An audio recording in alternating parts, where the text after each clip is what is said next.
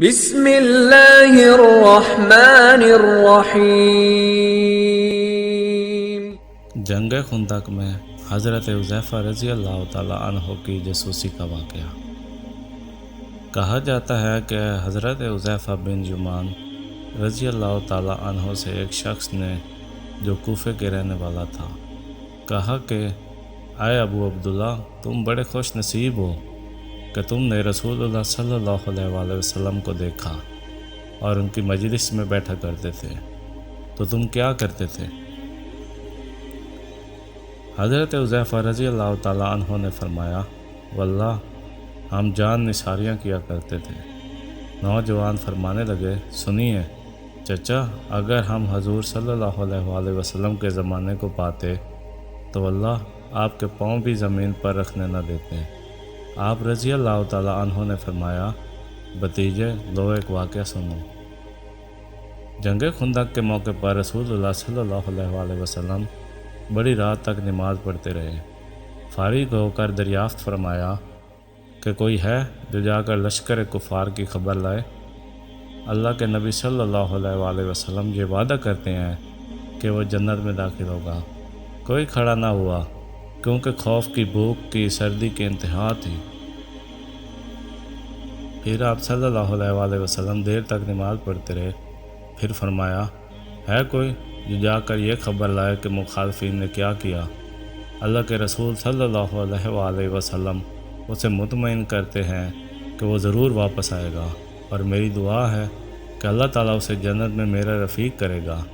اس بار بھی کوئی کھڑا نہ ہوا، اور کھڑا ہوتا بھی کیسے؟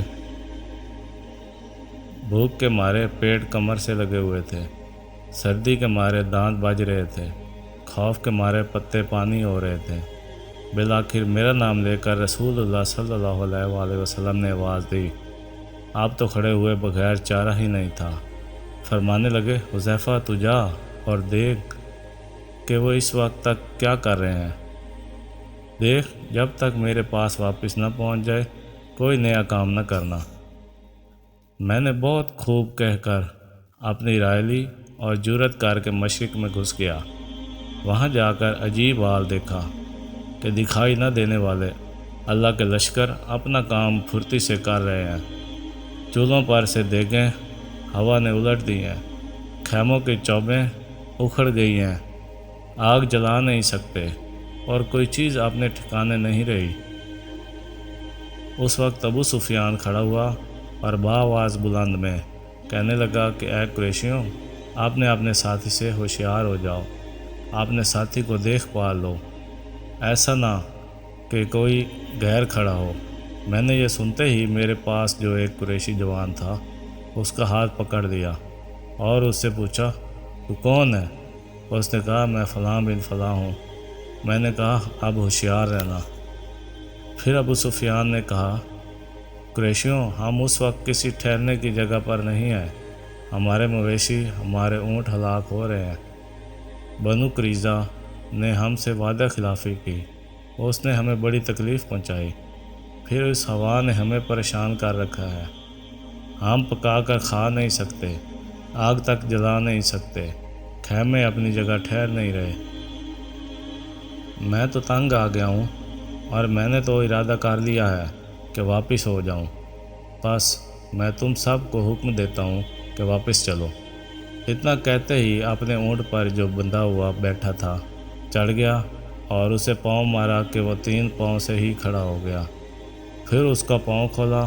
اس وقت ایسا موقع تھا کہ میں ایک تیر میں ہی ابو سفیان کا کام تمام کر دیتا، لیکن رسول اللہ صلی اللہ علیہ وآلہ وسلم نے مجھ سے فرما دیا تھا کہ کوئی نیا کام نہ کرنا، اس لیے میں نے اپنے دل کو روک لیا۔ اب میں واپس لوٹا اور اپنے لشکر میں آ گیا۔ جب میں اپنے لشکر میں پہنچا ہوں تو میں نے دیکھا کہ رسول اللہ صلی اللہ علیہ وآلہ وسلم ایک چادر کو لپیٹے ہوئے جو آپ کی کسی بیوی صاحبہ کی تھی، نماز میں مشغول ہے۔ آپ نے مجھے دیکھ کر اپنے پیروں کے درمیان بٹھا لیا اور چادر مجھے بھی اڑا دی، پھر رکوع و سجود کیا اور میں وہیں چادر اوڑھے بیٹھا رہا۔ جب آپ فارغ ہوئے تو میں نے سارا واقعہ بیان کیا۔ قریشیوں کے واپس لوٹ جانے کی خبر جب قبیلہ غطفان کو پہنچی تو انہوں نے بھی سامان باندھا اور واپس لوٹ گئے۔ روایت میں ہے کہ حضرت حذیفہ رضی اللہ تعالیٰ عنہ فرماتے ہیں، جب میں چلا تو باوجود کڑاکے کی سردی کے قسم اللہ کی مجھے یہ محسوس ہوتا تھا کہ گویا میں کسی گرم حمام میں ہوں۔ اس میں یہ بھی ہے کہ جب میں لشکر کفار میں پہنچا اس وقت ابو سفیان آگ سلگائے ہوئے تانپ رہا تھا۔ میں نے اسے دیکھ کر پہچان کر اپنا کمان چڑھا لیا اور وہ بالکل میرے سامنے ہی تھا۔ ناممکن تھا کہ میرا نشانہ خالی جائے، لیکن مجھے رسول اللہ صلی اللہ علیہ وآلہ وسلم کا یہ فرمان یاد آ گیا کہ کوئی ایسی حرکت نہ کرنا کہ وہ چکنے ہو جائیں، تو میں نے اپنا ارادہ ترک کر دیا۔ جب میں واپس آیا اس وقت بھی مجھے کوئی سردی محسوس نہ ہوئی، بلکہ یہ معلوم ہو رہا تھا کہ گویا میں حمام میں چل رہا ہوں۔